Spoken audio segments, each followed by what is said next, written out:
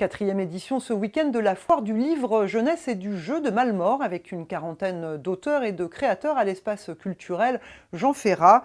Le fondateur de ce rendez-vous littéraire est aussi allé faire la promotion de la lecture auprès d'une classe de 4e du collège Jean Moulin.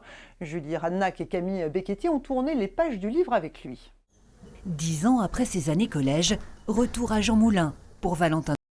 C'est la prof de français qui m'a donné envie de lire. Devenu illustrateur jeunesse, l'ancien élève est venu partager son parcours avec cette classe de 4e.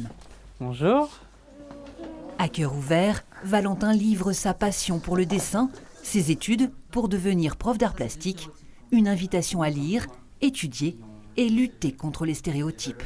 Quand vous venez d'un REP+, quand vous venez d'un quartier qui est peut-être difficile, on va se fermer les portes. Je vais être médecin, ben non, tu viens de Tujac, tu vas pas être médecin. D'où? Je vais être sportif, non. Je veux qu'ils comprennent que les profs sont là pour les aider, ils ne sont pas là pour les embêter. Alors.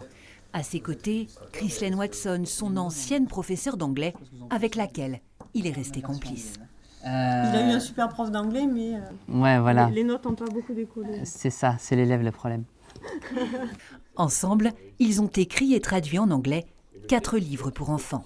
On ne se quitte plus parce que voilà, c'est une belle complicité. Et puis voilà, les idées fusent, ça fourmille et puis ça se concrétise par des livres sympathiques. Des ouvrages à découvrir à la foire du livre jeunesse et du jeu de Malmort. Un salon créé par le jeune illustrateur pour donner le goût de la lecture aux enfants qui, comme lui, ne l'avaient pas. Moi, c'était catastrophique le français. C'était une horreur. Une horreur, donc je me dis que si je peux aider des jeunes à s'intéresser à ça. Pour cette 4e édition, coup de projecteur sur les jeux de rôle, une autre porte d'entrée vers la lecture et ses imaginaires.